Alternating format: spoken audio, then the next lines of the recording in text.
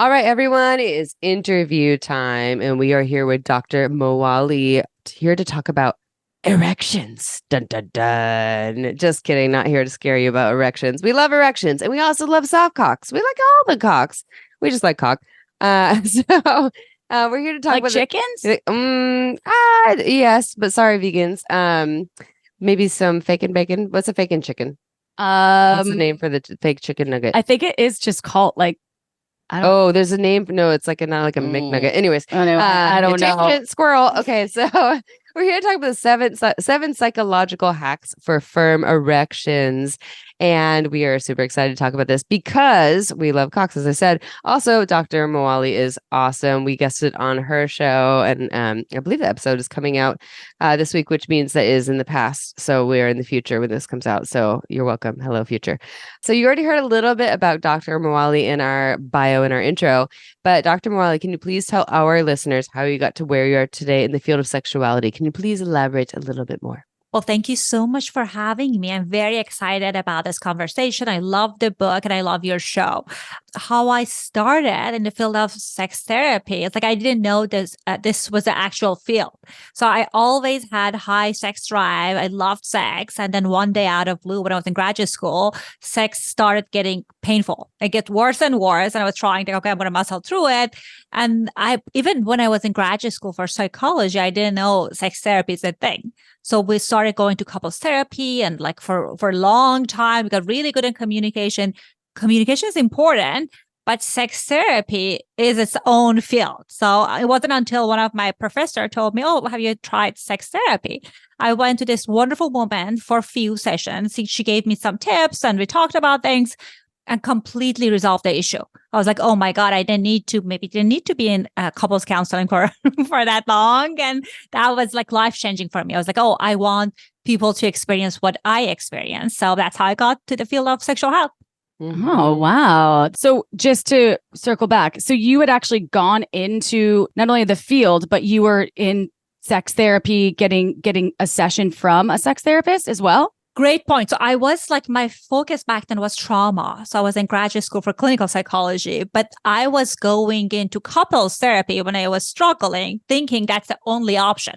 I didn't even know when I was in a graduate program that sex therapy exists. So it wasn't until one of my professors told me, why don't you try this? Which was like life-changing for me.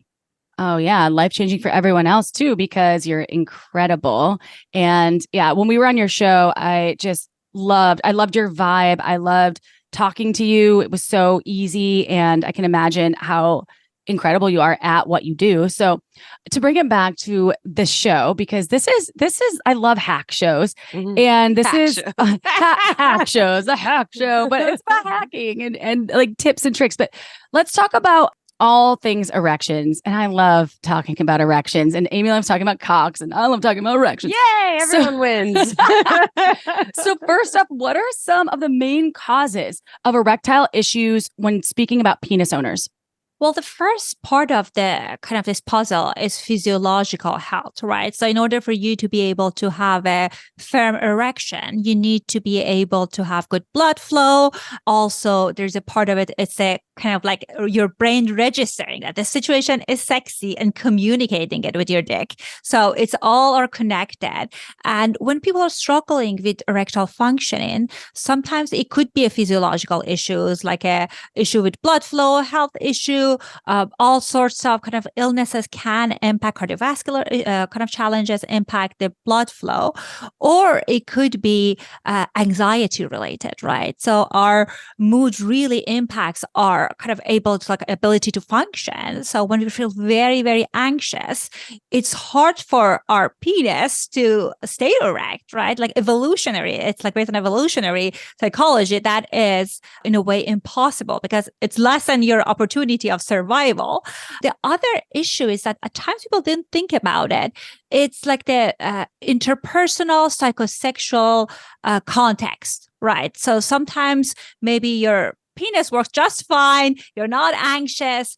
But there is something about that context that's not working for you. Perhaps it could be a desire or preference that you have and you're not communicating with your partner, or maybe it's about how like other stuff outside the bedroom impacting the connection with your partner. So it could be any of these things or a combination of things. Sometimes people have some challenges with physiological health, and because of that, they feel anxiety, and that turns to this vicious cycle for them. And with managing the kind of psychological part of things, they can even see improvement regardless of if they're working on a physiological part or not. So say, we had a group of 100 people having erectile issues.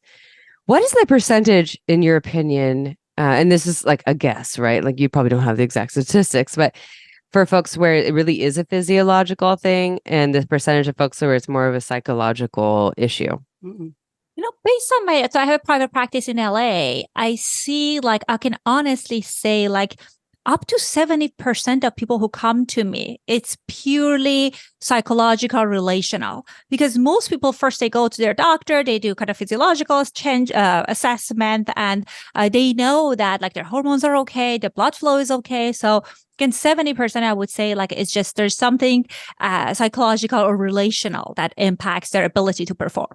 Not surprised, because it's all in our head. And that's a high number. It is. Really high I mean, number. it's more than half. Yeah. So that's incredible. Yeah. Yes, so I think for folks, as we continue on with this, because sometimes when it's physiological, you're like, oh, good, I can just take like the little blue pill. But for some folks, when it's physiological, the little blue pill doesn't always work, right? Like there's actually, for some people, that doesn't help with the blood flow, especially if you're not already getting any blood flow to your genitals. So coming back to the psychological hacks, which might still, my guess is, apply to people who are experiencing physiological hacks. So you have 7 psychological hacks for firm erections. Let's go through each one. What is the first hack? Well, the first one is the one that like often people hear about that. So it's an element of mindfulness and relaxation, because you brought up such a great point when you talked about the sometimes when we are even taking the blue pill, right? Like if you're very anxious, it's not going to work. So in order for the medication to work, you need to be able to feel relaxed in a way. So when I talk about mindfulness, the idea is that sexual arousal is a natural response of our body. When we are in an environment that we think the context is sexy, it is normal for us to experience arousal. But if we're not experiencing arousal, possibly it could be the anxiety that gets in the way. So mindfulness is like being present in the moment. Because what happens, we're feeling anxious or we have performance anxiety, like this radio doom and gloom in our mind start blasting that you're a failure, you're going to lose erection.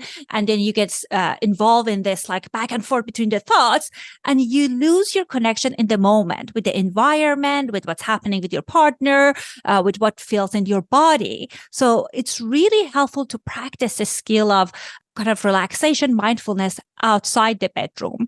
So you can use it inside the bedroom. I'm going to talk about different range of things that can people experiment with. Mindfulness could be like you're sitting in 5 minutes or starting even 3 minutes, focusing on your breath. The thought shows up, you get distracted, you bring it back to your breath. The idea is, again, like help you to kind of bring awareness and practicing the skill of getting back into the moment. Many people get frustrated, say, oh, I cannot focus on my breath. That's okay. The idea is just like practicing, bringing it back. Some people, they just like the idea of sitting down is like very overwhelming for them. It's like, I just cannot do it. You can do mindful walking. Like that's something you can go outside, kind of like really anchor yourself in the moment. That's what's happening. What are some of the colors that you see? What are some of the smells that you can smell? So that can bring you in the moment. And there are specific apps like Headspace, Calm, those things that you can start with kind of doing a guided mindfulness. It could be like kind of setting up, like the trick is to like to start with 3 minutes and then increase it. And long term, what you want to do when you are in sexual setting is like you notice that chatter and then like you're focusing on what's happening in the moment. What am I seeing? What am I feeling? What do I feel in my cock? What do I feel all around my body? And that helps you to kind of be more present. And that helps with bringing down the anxiety. So that's a skill that I recommend everyone to practice because it can make you a better lover. It can make you kind of have a stronger erection and have a better experience. Because one of the complaints that I hear from cisgender couples, like heterosexual couple, is that women say that I see that my partner is in their mind, like when they're struggling with erectile functioning. And what's happening, the partner is trying to focus on not losing an erection and they're not in the moment. And that can be frustrating for the partner. But if instead you're bringing yourself in the moment, you feel more connected and you perhaps lessen the anxiety. So that's number one. Okay. So with number one, is this something that people should practice outside of touching their genitals, like the mindfulness, or is it in the moment? Like, because I feel like mindfulness is a track to be in the moment when the genitals are involved. Or what do you think about that? And then we can go on to number two. Absolutely. It's a skill that you want to practice outside, right? In the moment when you feel overwhelmed, it's really hard in that moment when you're with your partner to kind of practice mindfulness. But what you want to do is like you start a ritual of that, like daily ritual, non-sexual context. It could be like a mindful eating, walking, or sitting. You do it and then you increase it. And that can help with your performance all around at work and kind of like interactions. And then slowly, gradually, you can maybe experiment with it when you're masturbating, right? That kind of thinking about, okay, what do I feel while I masturbate? Starting with different parts of your body. And then like you can kind of implement it in the bedroom with your partner. I love that. And I want to add something because I never, ever thought I could be a meditator. I could be a masturbator, but I could not be a meditator. And I remember sharing a hotel room with Amy back in the day, and she would do her meditation. She'd have like, I don't know, her headphones on or something, and she'd be meditating. I'm like, oh my God, this is ridiculous. I cannot believe. And I would like be kind of shaming her, not in my head, not to her face. You bitch. And I was like, oh. And so when I finally calm is what really helped me. And like, they've changed my life. I've been like using their app. She meditates more than I do. And now I meditate more than her. But I will say I had to first start with, I had to lay down and I helped my partner because I remember the first time we ever meditated, he was like, this is a waste of time. Now I'm back. Now I'm off track like 5 minutes. He was like mad because I was like, let's just turn on this app and just lay down in the bed and like listen to the guided meditation. And the first time, and then slowly he shifted. And now he is like, are we going to meditate today after this many years, 6 years?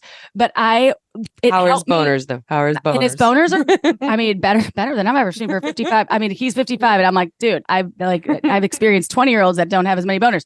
And I just want to bring up that for me as a fast-paced human and for my partner as a fast-paced human, it did help. I had to lay down and listen at first. So I didn't think I was meditating. I was relaxing and changing my relationship with what I thought meditating looked like or should be helped me as well. So if anybody out there is like, fuck meditation or like, this is going to be a waste of my time, it honestly has changed my life. And so thank you for making that the first element too. So moving on to number two, I had to share that. And thank you. And Amy, I'm sorry I shamed you back then in my head. You bitch. I didn't even know. Now I'm mad. I know. It's like 8 years ago. Just kidding, I'm not a long time ago. Well, I did know I'm talking to sexperts and professional meditators. You know what? I could do better. I could do better at meditating lately. Well, the second thing I want to talk about is focusing on overall pleasure versus performance. I know sometimes when I talk about this, people think about, okay, I'm saying this because I think they are not performing, like they're not able to perform. But it's really a game changer. It helps you, first of all, to build more arousal. It helps you to be in the moment, kind of thinking about, okay, what are we doing that we can make things more exciting. Even sometimes I work with couples that they are in the journey of kind of like fertility journey. And like part of the journey is like within certain hours, they have to have sex multiple times. And it's common for people to struggle with performance issues because it's a high stress situation. What I often tell them to kind of do in order to get them back in track is this kind of like focus on the pleasure overall, which could be kind of like even engaging in a kink that's not intercourse focus, or maybe experimenting with these different types of pleasure, because that helps you to kind of break that performance anxiety. Because what happens is when we're only focusing on performance, that increases our anxiety because that increases that chatter inside. And also, we are missing the cues of what's happening in the room, in the interaction that helps us to kind of build more arousal. We know that like many people, in order to have more intense orgasms, they do edging, and edging is building arousal. So if you are focusing on the journey, exploring different types of pleasure, kind of building, kind of working on psychological arousal, physiological arousal, versus focusing on this linear path, that can really help you to A, become a better lover, and B, build up more arousal. Mm-hmm. Yeah, the performance piece, the like, I have to do the best job or a good job or go all the way or last for 20 minutes or half an hour or 5 seconds, whatever it is not helpful. And we talk about this on our show and in our book too. We talk about how pressure is good for certain things. It's good for, G spots, prostate stimulation, pressure cooking food, massages. So much for like, super aroused genitals when we're like, oh, I have to behave and act in a certain way. So yeah, I think that's definitely super helpful. I'm a huge fan of also like getting rid of the goals if possible and staying with the sensations. Easier said than done, but that's why but the psychological hack number 1 is helpful. That meditation practice helps to like just stay with what's now instead of what I think I need to do, and the performance piece. Okay. What's number 3? I'm so excited. Well, number 3 is working on building a sexual self-confidence. Sometimes people, when they think about sexual confidence, they think about it's either something I have or I don't have. But that's absolutely something that you can cultivate. The first step through kind of building sexual confidence is listen to your self-talk. What are some of the things that you tell yourself around your sexual self, like in the moment and inside and outside the bedroom?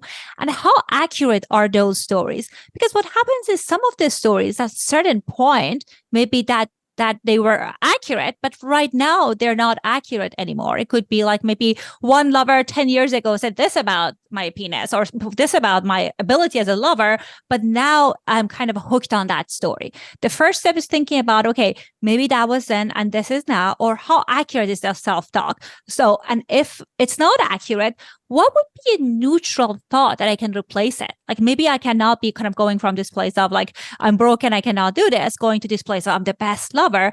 But a neutral place could be that maybe I'm a good enough lover, or like I had lovers in the past that they enjoyed being with me. So kind of something that feels neutral, or if neutral is something that's difficult, kind of catch the thoughts, have this mantra or affirmation that you can kind of like use in the moment. Like, I'm a great lover. My dick is great. So something that helps you that you can kind of personal mantra that you can say over and over.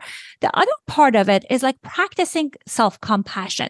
Sometimes we're constantly kind of attached to this dictator inside that like when we are making a slight mistake, like that part of us comes on the driver's seat and tells us, oh, you're not good, you're broken, no one want to have sex with you. I want you to, my invitation is to kind of practice self-compassion. Self-compassion is like bringing the mindfulness, going back to the hack number 1, and kind of bringing kindness to it. That like, what would you say your friend, like your best friend telling you this, what would you say? Because in reality, that most adults, if you're above age 18 and having sex, at times you struggle with getting an erection, maintaining erection. That's very common. It doesn't say anything about you or your personhood. So kind of like having this self-compassionate voice is really, really helpful. Another thing is that like focus on the things that you're good at in sexual experiences, like lean into your strength. What are some of the things that I'm good at? Because ask your partner that what's important. Because sometimes we think about it's all about how long I'm having a penetration, kind of penetrative sex, and like how many orgasms my partner have, which could be part of it. But also it's important to think about what are some of the things that we value. Why is this enjoyable? So we can kind of identify our strength. And lastly, is that thinking about sexual skills is a skill. You can cultivate it, you can learn it. So maybe your partner is interested, I don't know, BDSM, you being more assertive in the bedroom. That doesn't say anything about you. It's just a matter of, okay, if you need to improve your backhand in tennis, you hire a coach. It's the same for kind of building self-confidence in the bedroom. I love that we're talking about how psychology, because in particular, and all of these hacks that can help you move through these psychological barriers that can exist to get firmer cocks. And I thought about this last one that you talked about, because when I first met my partner, and I just mentioned during the first hack, after the first hack, that meditation has helped with improving my sex life. But my partner, when I first met him, he had never had issues with erections before. So he told me. And when we first got together, I remember that because he was so in his head about me being a sex person, a sex expert, Dun, dun, dun. A person that was quote unquote someone that he didn't know exactly how he should be performing, not knowing my sexual history with partners. Like, did I need something like this? Did I want something like this? So he was so focused on what he should be doing that he would have issues with like his performance. And I was like, oh my God, like, is something wrong with me? Right. Which is also like from the flip side, an issue. And I'm not shaming him at all. I never shamed him. I wasn't like, what's wrong with you? I was like, what's wrong with me? And I remember talking to him about it. And he was like, dude, I'm so fucking in my head about like, being like a sex god to you that I think it's affecting my cock's erection. I was like, this is 100% proof that like performance is in our heads. So I just had to share that story because I haven't really ever shared that. And there's no shame, because now we've worked through so many facets of our relationship, our sexual journey. And it's just proof that if you could get out of your head and start using some of these hacks, and we're going to be on number 4 of the psychological hacks for firmer erections, that you really can improve your performance abilities and improve your sex life. And that brings me to the number 4. So thank you for listening. I just had to share. Mm-hmm. Well, I love that you share that, right? Because I think like in many kind of like circles, and especially heterosexual cisgender men, people are not saying we're struggling. It's just about boasting and saying how amazing lover I am. And they don't talk about how frequently it's hard to maintain an erection. So it's good to normalize that everyone at time, even if you are a partner with a goddess, you can struggle. Mm-hmm. Absolutely. Yeah. So let's go to the next hack, which is a practicing visualization. It's a skill from sports psychology that can be very, very helpful. So that's something that professional athletes, they do. What you do is you want to mentally rehearse like being successful in an experience. They kind of, professional athletes, they practice like getting a shot, doing it perfectly over and over. So you want to do the same with your kind of sexual experiences. What it entails is that you want to kind of, hopefully you practice some kind of mindfulness, relaxation. And what you want to do in that situation is you bring in mind the time that you felt you were a great lover. Kind of like maybe something from the past or something that you can see yourself doing in future. What are you seeing? What are you smelling? How you initiate sex, or maybe your partner initiates sex. And the more vivid that you make that experience, the more powerful it will be. I want you to kind of immerse yourself in that moment. What are you feeling? How are you kind of like, what kind of pleasure you give your partner? And kind of like thinking about it in detail. And the other bonus kind of like part of this is some of my clients, they pair it with some kind of scent. So maybe when they're doing kind of this visualization, they kind of have this vanilla scent or lavender scent, whatever it is. So when they are having partner experiences, when they are having this candle on or the scent in the room, it helps them to remember that, okay, there's something I've rehearsed, and I can help them feel more confident. Or you can pair it with some kind of a physical touch. Like some of my clients, they do it with kind of putting pressure on part of their hand or arm, and that helps them to get back in the kind of practice. So it's really, really helpful if you do it over and over, because it helps you to kind of like see yourself in that situation. And that's something that I recommend people to practice, especially if they're struggling. That's so smart. It's like the Pavlovs dog thing with the bell, right? And the dog's like drooling to the bell. And so you're like associating your brain using the senses. You have 5 senses to work with. And then all of a sudden, when you're in a new experience, and then you bring back that experience, that whatever it is, the color or the smell you're talking about, or the sound, if it was the bell and your little dog, it will remind you like, oh, here's something good. Oh, here's good things, instead of, oh no, it's not going to be good. We had someone guest on our show, I think it's Forrest Andrews, who's talking about prostate stimulation, and he's big on mantras for sex, especially if it's like, if you feel like there's some sexual issue, your mantra, whatever you're saying yourself, is kind of the opposite of that. And it's almost a little bit like fake it till you make it. We're not talking about faking orgasms, everyone, but like the power of believing what you're saying. And I actually tried that personally with, not with erection issues, although we do get clip boners, everyone. I do have a pussy and I get clip boners. But no, I tried it more so with a block that I have around receiving oral sex and having orgasms with oral sex, or even enjoying a mouth on my pussy. And I was practicing that in my head, like I'm enjoying this. I'm enjoying this. Now, if I was feeling pain or extreme discomfort and not enjoying it, I wouldn't do this. It was more like it was kind of neutral, and I didn't have this big like, fuck yes, I love this. And I found pleasure there when I did that, and it was really, really powerful. So I love that you instead threw of that saying in there. like, this isn't I'm not gonna come. Yeah, this is gonna do it. Yeah, like, all right, I like that. like This is yeah, good. yeah. This feels It's good. kind of ticklish. Is this over yet? Instead, I was like, oh, as I'm saying that to myself, there's actually some really good stuff here. So I think that actually really is powerful, not just like super hippy dippy. Okay, what about number 5? I want to keep going. It's so exciting. So this is like a little bit controversial. I'm sure that their clients, when they hear, like the listeners that hear it, they might feel a little bit kind of have a reaction. So I tell people to kind of schedule playtime, or sometimes people talk about scheduling sex. And I tell you exactly why it's important. Because sometimes people think about, oh no, we want the sex to be spontaneous and passionate, and scheduling sex or scheduling playtime gets the way of that. But I think if you're scheduling sex, first of all, no one says that you cannot have passionate sexual experiences.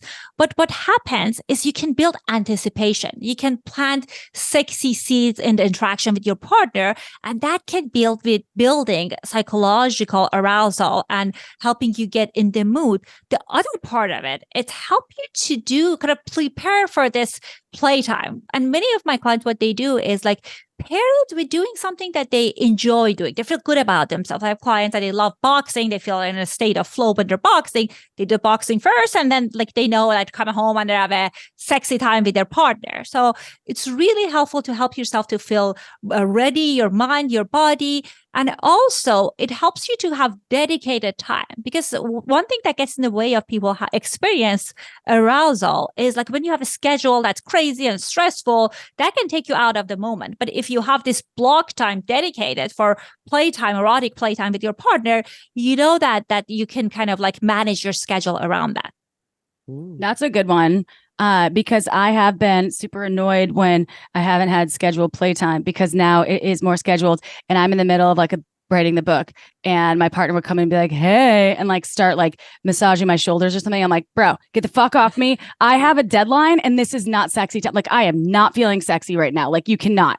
And he'd be like, whoa, that's like a lot. And I'm like, no, you gotta like get out. Like, and then I get like mean because I'm like, I am not feeling sexy. I'm in my head. I have a deadline. You have no idea. And then I get like more stressed out. And I want to say that, he also is busy and was especially busy at that point. And I think that he just thought like maybe I needed a break. So like massaging of the shoulders would have been initiating not only love, but like maybe that would have been sexy time. But I knew what it meant because I know him. And I'm like, no. And I'm not trying to bring it back to my relationship, but I do think that these hacks are great because they really can apply to not only LTRs, but also to folks that are in maybe shorter term relationships or using casual sexual relationships. Obviously so not just a bonus to all bits. Too. No, exactly. And I'm just sometimes too psychologically involved in my work to think about sex, even though sex is part of my work and relationships. But that doesn't mean that's confusing. Yes, that is confusing. But that doesn't mean that, you get horny and you have to separate a lot of times how you react to. I just finished this thing called a SAR for my sex ed certification. And I had to watch porn for like 2 days. And then porn, and different video, not only porn, but it's just for releasing your judgment about anything that you could imagine about all sorts of different facets of things. It was almost 16 hours of porn, and it really desensitized me. Like, if I see one more porn, I will not be able to handle it. And that it's about kind of disassociating yourself sometimes from your work. And so that's just a shameless share, because I really do love porn, but I need to take a break. It was too much. So let's move on from April being porn break. My porn break that has nothing to do with that particular thing, but scheduling sex is important, and you can make scheduling sex sexy. We have hacks for that on our own in our book to make it less like schedule-y, like in my calendar, and more sexy. So let's go on. It's number 6. We're on number 6, which is lucky number 6. I love it. Well, if for people that they know me, they know I love sexy happy hour. So I'm kind of going back to scheduling. Oh, sexy happy hour. That's good. Yeah, schedule I like sexy that. happy hour. You know, it's different than the sexual kind of play time, because that's a time that you're engaging in behavior. But sexy happy hour is something that you and your partner do like once a week, once a month. And that's a dedicated time. It's a sexy time. You maybe wear lingerie, nothing. You have a sexy environment. And this is a time for you to talk about sex, because part of kind of improvement of any kind of sexual activity is the communication piece. But if we only talk about sex when things are not going well, the moment we're initiating our partner, say, oh, here it comes again, they get defensive.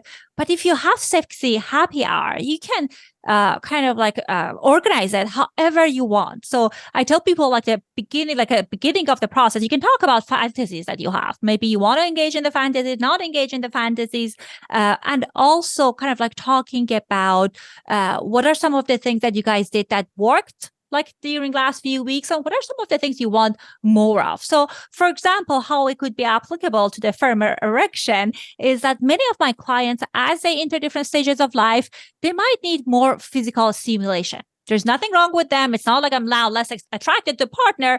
You just need more manual stimulation. I would be a perfect time to talk about it in a sexy way. And it can help you to kind of like build on the psychological arousal, help you to have structured communication about sex and give and receive feedback. So it's like a check-in, like a sexy check-in about the relationship.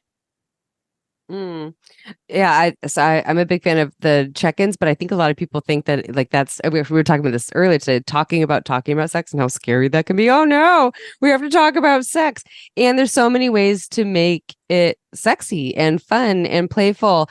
And I don't know how you feel about this. Like if you have a formula on how to have those conversations, I'm a big fan of talking about the shiny things to start with, not like here's what's wrong.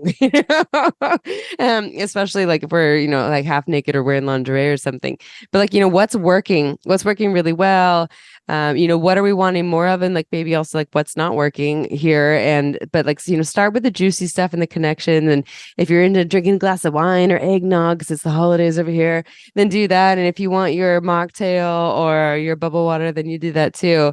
But I also want to emphasize like the importance of this for a lot of folks. If they hear that, they might be like, why do we need to schedule a sex what does life that have to do with firm an erections? erection? But it does. Totally. But like, if there's stuff going on, like there's past resentments, repair that needs to happen, some stressors, some conversations that we had that we never finished, my cock might not perform the way I wanted to, because it's all connected, right? I'm assuming that's why the sex life check-in is important.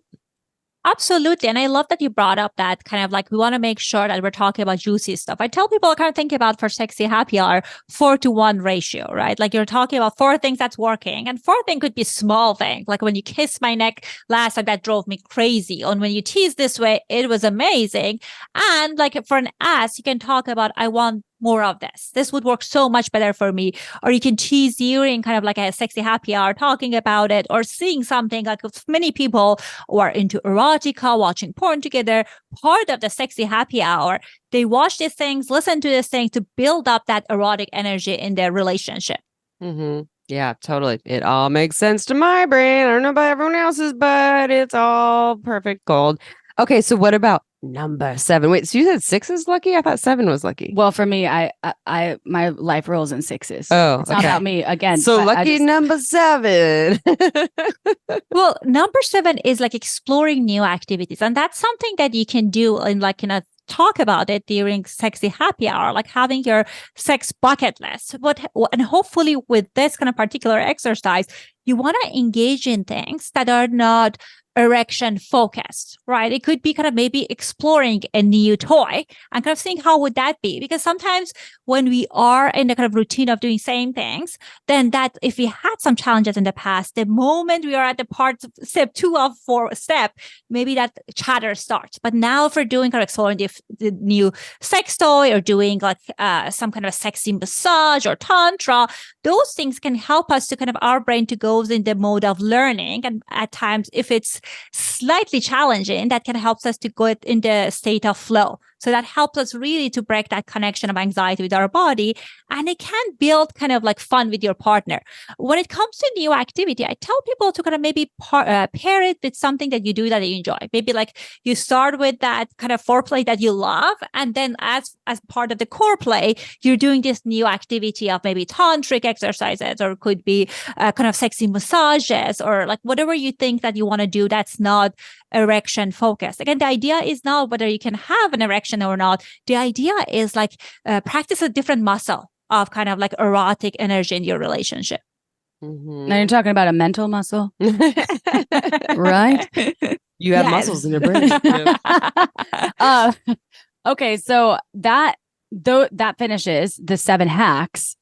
And I have a question, because some folks out there, they might try these hacks and they might be really regimented about trying them, and they might hit roadblocks. They might come to different areas or times where these things don't work, right? They might work sometimes, and then they might not work sometimes. So what are some of the options if this is me, right? I've tried these psychological hacks and I'm still having erectile issues, and my cock is soft, and I still want to be able to play with my partner. Can you talk about what the options are for someone like me or that person? Absolutely. I think the first, like, I see a common challenges that people have. One is that could be a physiological thing, right? That you tried all of this mindfulness strategies, kind of talking to your partner, and still it's hard to kind of like get an erection, maintain an erection. You feel like it's not all psychological. Going to your urologist, it's really, really helpful to do a kind of a test. If it's blood flow, if it's hormones, sometimes I see that it's a side effect of medication you're taking. Like we know that antidepressant at time, kind of anxiety medication can lead to issues with performance. And it's just a matter of you talking to your physician about it, like not stopping the medication on your own, saying that my sex life is important for me. When I take this medication, it has this side effect. And there's a number of different things that your physician can do to help you manage that. And if you want a firm erection, everyone can have a firm erection with the kind of medical interventions and all the strategies out there. Like that's something you can have. But I invite people to kind of think about the kind of building that kind of like the working on the performance issues, if that's an issue, and kind of alleviate that. If you're interested in this, sometimes it's a matter of like, like not having the right sequence, not having the right tools, or problem solving with someone. So it's like 2 ways of doing it. There are so many great, wonderful courses that you can take, going back on to kind of, you can get all sorts of information that you can kind of like take the class. And also there are guided sessions with it. Like you have coaching sessions. So that would be a perfect place that you can get live feedback. Like maybe you don't want to invest on sex coaching or sex therapy. You have this hour with the kind of in a group coaching that this is what I do. What are the missing piece? The other piece is that it's a kind of like, if you are someone that you want to kind of like find more straightforward solution, go work with a sex therapist or a sex coach. It's like, again, getting a coach, like if you want to kind of like improve your running speed, or you want to kind of lift heavier, you're hiring a kind of a personal trainer or a coach. It's the same thing. Sometimes it's just a matter of like asking people, what are some of the things like the kind of weight training that you can perfect your form, that can help you to see the result that you want quicker. Yes, go seek support. If you feel stuck, seek support. And I just wanted, I know we have to wrap up here, just add one hack to people who might be in a relationship or hooking up with someone who is having erectile issues. One of my favorite hacks is don't shame that dick, and just let the person know it's okay if your cock is hard or soft. I'm just happy to play with you. And there's so many things we can do. It doesn't have to have a firm erection. You don't have to have a firm erection. You have fingers, you have a mouth, you have a whole body. And that in itself can be really helpful because when we're actually like, you have a butt and a prostate. you got all kinds of holes. I mean, we got all kinds of fun things to play with. I have a shit ton of sex toys. So there we go. So yeah, I think that can be really helpful. But these are all really, really insightful. I love this. That I love, like, April and I are both type A. We love things laid out. We're like, 7, this is perfect. We love numbers. So thank you so much, Dr. Moali. Can you please tell our listeners, because on speaking to what you were talking about, I assume you still work one-on-one with clients. How can people find you, work with you? I know you have a wonderful podcast. Your podcast in Farsi as well. I know you launched one, and I love that because I want to hear more about that too. So sorry to interrupt, but I was like, oh my God, you tell us all the things. We want all the things. Oh, thank you so much for your support. So I have an English show called Sexology. Wherever you guys listening to this show, you can find that. And that's a weekly show that I've been airing for 7 years. So you can definitely check that out. Make sure you're subscribing. For people who are Farsi speaking individual, I also have a bi-weekly podcast called Sexology again, but it's written in Farsi. And I give people sex education. It's primarily I'm answering people's questions, giving them sex education, because what I found that it's just we don't have a broad range of information when it comes to kind of like the sexual education in Farsi. And people have sometimes they have traditional views and they kind of like force people to think about, if you're not thinking this way, you're broken. So my idea with that is kind of like normalize different types of pleasure and help people to be able to kind of like get the education if they're not necessarily fit in that kind of like a very rigid box of what quote unquote is a normal sex. Also, I have a private practice in LA. People can find all of that information, sexologypodcast.com. Again, I love your show. I love your book, filled with great tips and strategies and practical tools. Again, thank you so much for having me. And this was definitely a wonderful opportunity to chat with you guys and your listeners. Well, you're brilliant, Dr. Moali. And I want to practice my sexual Farsi. So I just love learning new words, especially when it's related to sex. So I'm going to check out that podcast because I think you can absorb language in so many different ways. Even if you're not doing Duolingo, you could actually absorb it just by watching shows. I watch a lot of French shows, but I actually have watched different shows in Farsi, and listening to your podcast will be really cool. And you could just listen to it in English if you're an English speaker, which most of our listeners are. And the Sexology podcast is so cool. I think we're on your show, and I think that's going to come out soon in December 2023. Thank you for just being in the work that you are doing right now and being here with us and being such an inspiration to so many people all over the planet. And we just adore you, Dr. Moali. So thank you. To all of our listeners out there, we love you so much. Remember, reviews are important. And if you've taken the time to review the podcast, thank you. We also now have a book, Shameless Sex, and reviews help more people find that book all over. So if you're on Amazon, review the book. Shameless Sex is the book. You can just search for it. It's on Barnes and Noble. It's at your local bookshop. It's actually anywhere books are sold. But we really do value the reviews, y'all. It helps us in more ways than you'll ever know. And I know that you love us because you've been listening. And if you're new to listening, then please show us your love too, because we truly do love you. And we do this because we want to help the world have more shameless sex. And your reviews help folks find people like Dr. Moali. Moali. Sorry. Close enough. I don't know where nice it came from. Oh, that's awesome. See, we're humans. We're just not robots. We're not robots too. All right, y'all. We'll see you next week for another episode of Shameless Sex. See you next Tuesday. I can't talk anymore. Good thing we're done with the show. All right, y'all. Ciao for now.